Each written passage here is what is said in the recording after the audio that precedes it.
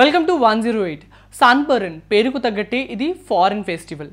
పాశ్చాత్య సంస్కృతిని తొందరగా అందిపుచ్చుకునే భారత్కి కూడా సన్బర్న్ ఎంట్రీ ఇచ్చింది.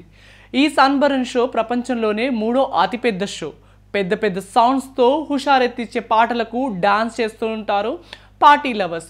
పూనకాలు వచ్చినట్టుగా అందరూ ఊగిపోతుంటారు. ఒక మాటలో చెప్పాలంటే ఇదొక మ్యూజికల్ డాన్సిబల్ ఫెస్టివల్. 2007లో గోవాలో ఎంట్రీ ఇచ్చిన సన్బర్న్ ఈవెంట్కి నెమ్మదిగా క్రేజ్ రెట్టింపైంది. టాప్ ఈవెంట్ కావడం, ఇండియాలోనే కేవలం గోవాలో మాత్రమే, అది కూడా ఏడాదికి 3 రోజులే జరుగుతుండడంతో వేల మంది ఈ ఈవెంట్కు వెళ్ళడం స్టార్ట్ చేశారు. ఏటా ఎప్పుడెప్పుడు జరుగుతుందా అని ఆతృతగా ఎదురు చూస్తుంటారు పార్టీ లవర్స్. ఈ ఈవెంట్లో ఫుడ్ అండ్ డ్రింక్స్ కూడా very special. Food and drinks స్టాల్స్తో పాటు షాపింగ్ స్టాల్స్ కూడా ఏర్పాటు చేయడంతో ఆల్ ఎట్ వన్ స్టాప్ అన్నట్టుగా మారింది. రాను రాను క్రేజ్ రెట్టింపు అవుతూ వచ్చింది. విదేశాల్లో జరిగిన సన్బర్న్ ఈవెంట్ ఎలా ఉన్నా ఇండియాలో జరిగిన ఈ ఈవెంట్తో సన్బర్న్ రూపురేఖలే మారిపోయాయి. అసలే గోవా ఇష్టారాజ్యం సంస్కృతి.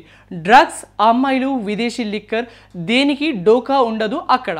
ఇంకేం రెచ్చిపోయారు ఈవెంట్ నిర్వాహకులు. బిగ్గెస్ట్ మ్యూజికల్ ఫెస్టివల్కి రిఫ్రెష్మెంట్ పేరుతో డ్రగ్స్, సెక్స్, న్యూడిటీ యాడ్ చేశారు. మరింత పాపులర్ అయింది. ఈ ఈవెంట్ ఎంట్రీ పాస్ల కోసం ఏడాది కాలం ఎదురు చూడాల్సిన పరిస్థితి వచ్చింది. ఎంట్రీ పాస్లో ధరలు కూడా ₹1,00,000 పైనే చేరింది. దీంతో బడాబాబులు మాత్రమే వెళ్ళడం స్టార్ట్ చేశారు. సెలబ్రిటీలకు కేర్ ఆఫ్ అడ్రస్గా మారింది. టాలీవుడ్, బాలీవుడ్, మాలీవుడ్, కాలీవుడ్ ఇలా అన్ని రాష్ట్రాల సెలబ్రిటీలు తమ రాష్ట్రంలో దొరకని ప్రైవసీని గోవా సన్బర్న్లో వెతుక్కున్నారు. 2007 నుంచి 2015 వరకు తిరుగు లేకుండా జరిగిన సన్బర్న్ ఈవెంట్కి అడ్డంకులు ఎదురయ్యాయి. 2016లో గోవా ప్రభుత్వం సన్బర్న్ షోకి అనుమతులు రద్దు చేసింది. సన్బర్న్ ఈవెంట్ జరగకూడదని ఆదేశాలు జారీ చేసింది. దీంతో 2016-2017లో పూణే వేదికగా సన్బర్న్ జరిగింది. ఇక్కడ అదే ధోరణి. శివసేనతో పాటు కొన్ని రాజకీయ పార్టీలు అడ్డుకోవడంతో సన్బర్న్ ఇక్కడ నిలిచిపోయింది. గోవాలో ప్రభుత్వం మారడంతో 2019లో తిరిగి గోవాకు అడ్డా మార్చింది. అయితే 2017లో పూణేతో పాటు హైదరాబాద్లో కూడా సన్బర్న్ నిర్వహించారు. 2017లో గచ్చిబౌలి స్టేడియంలో వేదికగా జరిగిన ఈ సన్బర్న్ షోకి ప్రభుత్వం అనుమతులు ఇచ్చింది.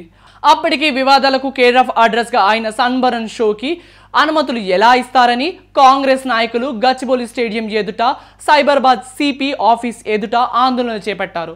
ఇదే ఈవెంట్కి ఓ వ్యక్తి గన్తో రావడంతో పెద్ద కలకలం రేపింది. చెకింగ్ పాయింట్లో గుర్తించి పోలీసులు తుపాకీతో పాటు తుపాకీ క్యారీ చేస్తున్న వ్యక్తిని అదుపులోకి తీసుకుని విచారించారు. 2019లో మాదాపూర్లో నోవోటల్ హోటల్లో ఏర్పాటు చేసిన సన్బర్న్ ఈవెంట్లోనూ పెద్ద రచ్చే అయింది. బీజేపీ, బజరంగ్ దళ్, విహెచ్పి నేతలు హోటల్ వద్దకు చేరుకొని ఆందోళన చేపట్టారు. హోటల్పై రాళ్లు రువ్వారు. పెద్ద దుమారమే రేపింది. 2022 నవంబర్లోను శంషాబాద్ జిఎంఆర్ ఆర్ఎంఎల్లో సన్బర్న్ ఈవెంట్ జరిగింది. ఇక్కడ అదే రచ్చ. కాంగ్రెస్ నేతలు అడ్డుకునేందుకు వెళ్లారు.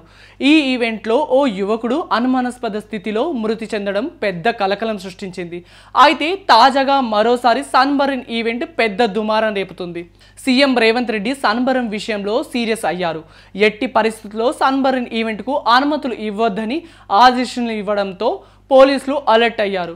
ఈవెంట్ నిర్వాహకుడు సుమంత్ని పిలిచి విచారించారు సైబరాబాద్ సిపి. అలాంటి ఈవెంట్ ఇప్పుడు అడ్డదారులు తొక్కింది.